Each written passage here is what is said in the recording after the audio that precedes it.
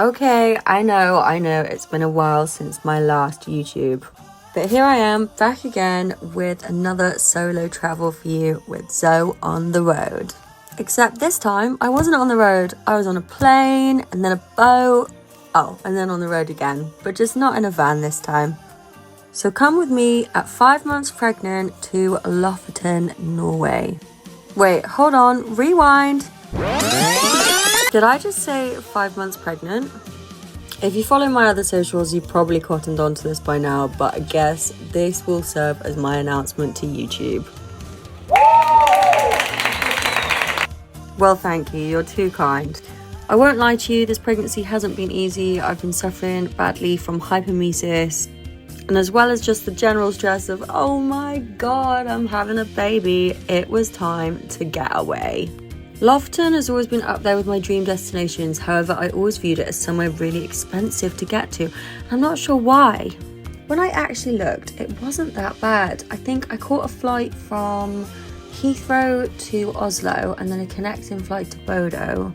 And those return flights were 180 total. And then from Bodo, I caught a ferry over to Moskenes. I think that's how you say it. And that was only £20. So all in all, like 220 quid total.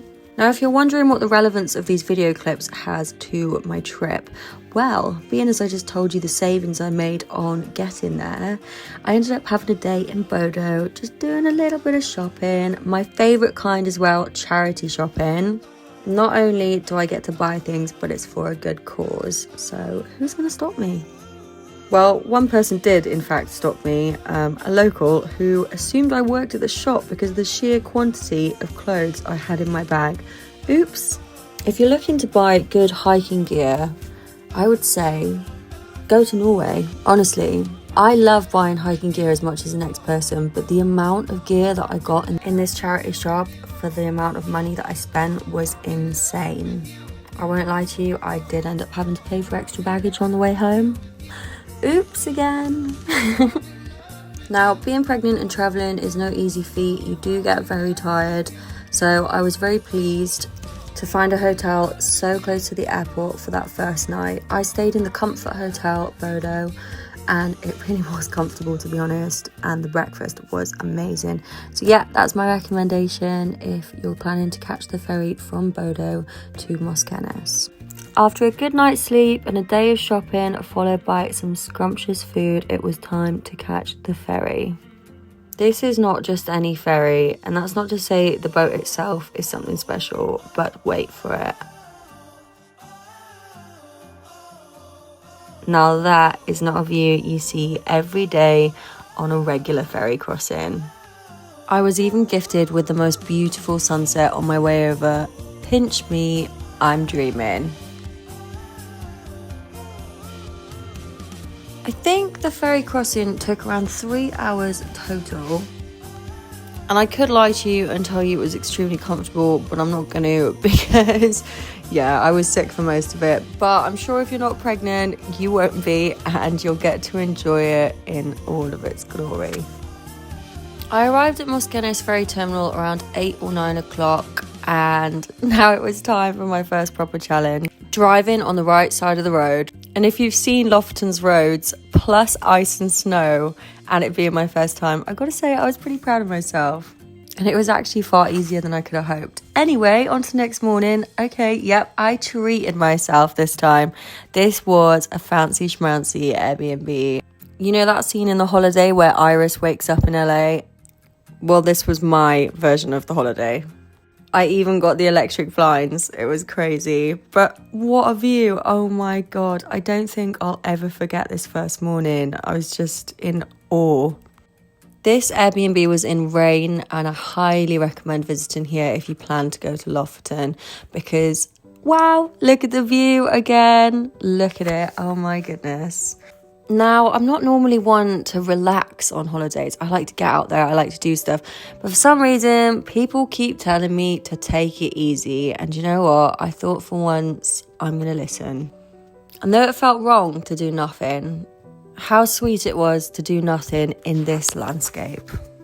With these views, the closest you could get to being outdoors whilst being warm. So as I said, fancy schmancy Airbnb, and yeah, that was where my budget was blown. So I decided to cook for myself for the week, which I love doing anyway. So all in all, my food for the week came in at just over £100, which really wasn't that bad, I thought, for Norway. And this included things like steaks, asparagus, all your usual stuff that costs a fair amount anyway. And yeah, here's my first evening. Oh my goodness. I was just, like I said, go to Lofoten, go to Lofoten. I mean, if this view doesn't make you want to, then I don't know what to tell you. Need I remind you, this was my first day as well, and looking at these views and just being here, I already felt like it had been worth the travelling, it had been worth the money.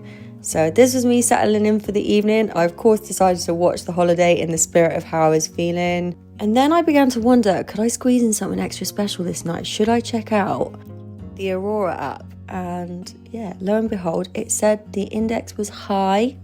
And I thought, I'm going to have to get in my car. I'm pretty tired, not sure I feel like it. No, I did not. I simply walked out onto my balcony and this is what I was greeted with.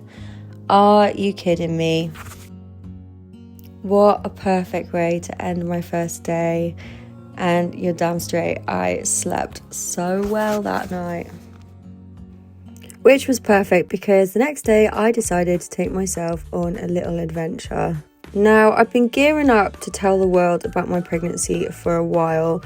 Obviously, my nearest and dearest knew, but I hadn't told social media yet. It may sound stupid to some, but being as it's my job, I was just worried about how it was going to affect it.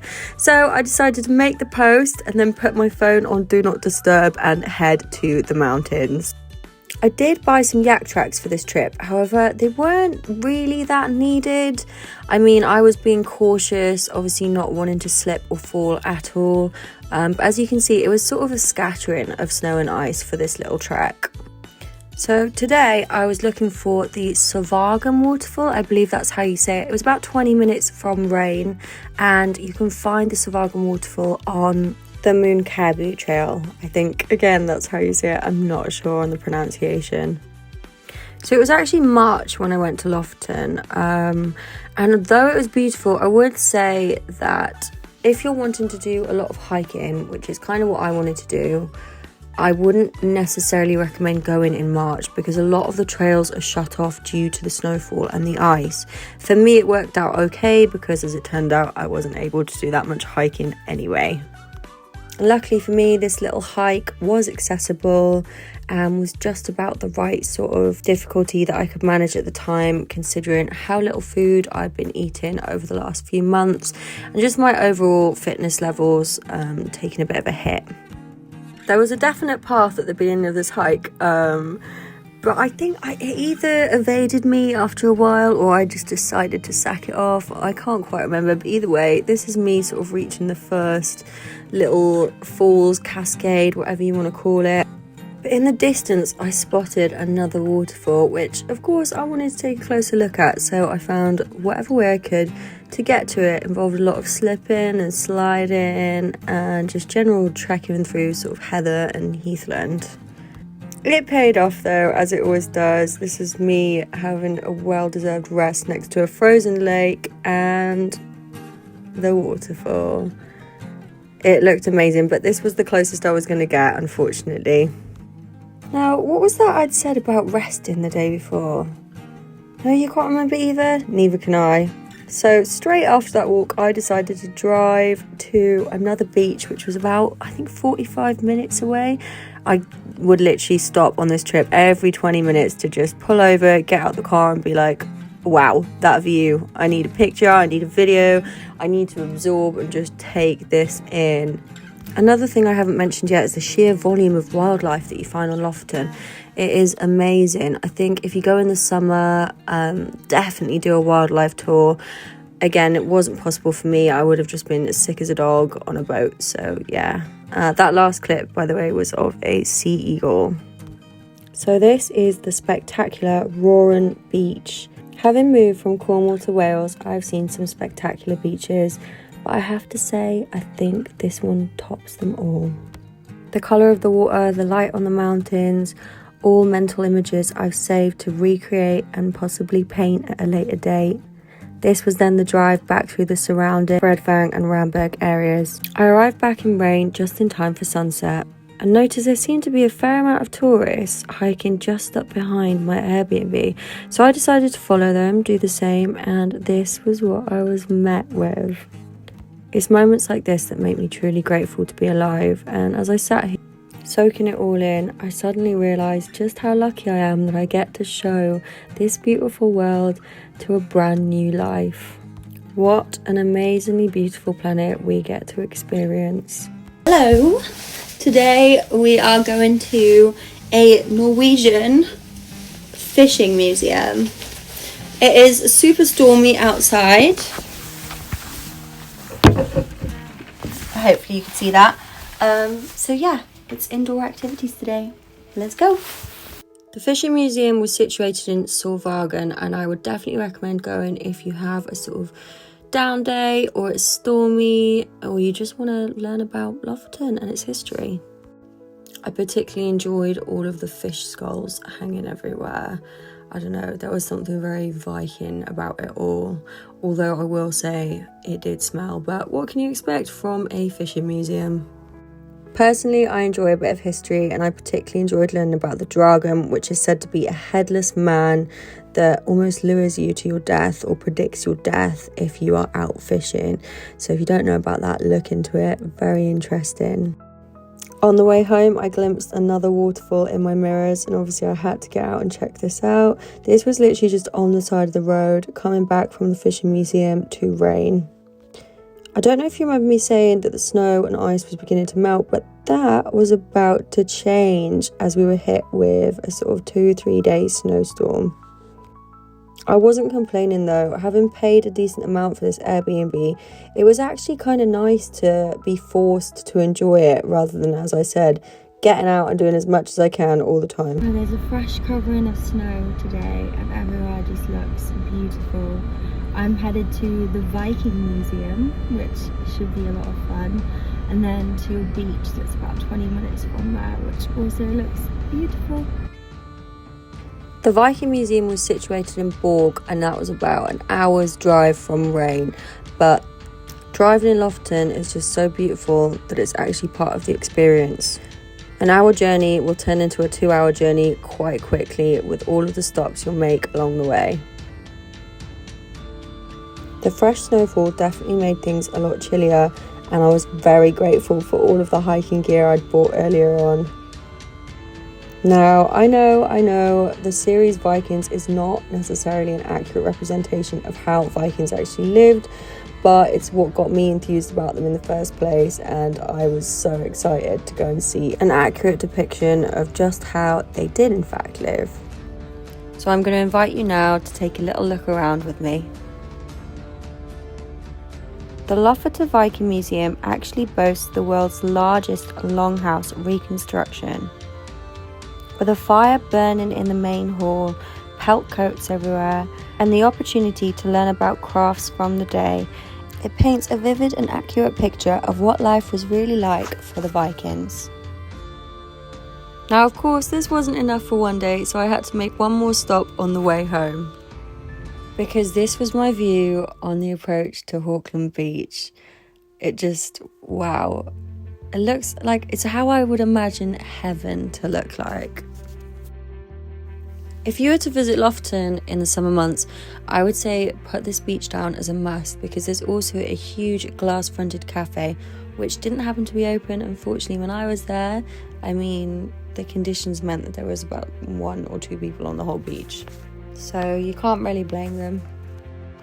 All in all, I spent a week in Lofoten, so I've definitely got my days a bit mixed up, as this was my last day. I woke up to fresh snowfall again. I'm feeling decidedly exhausted, but also kind of mentally refreshed. I decided to spend the day just chilling, enjoying the last day in the Airbnb, and taking a little stroll around a very snowy Rain.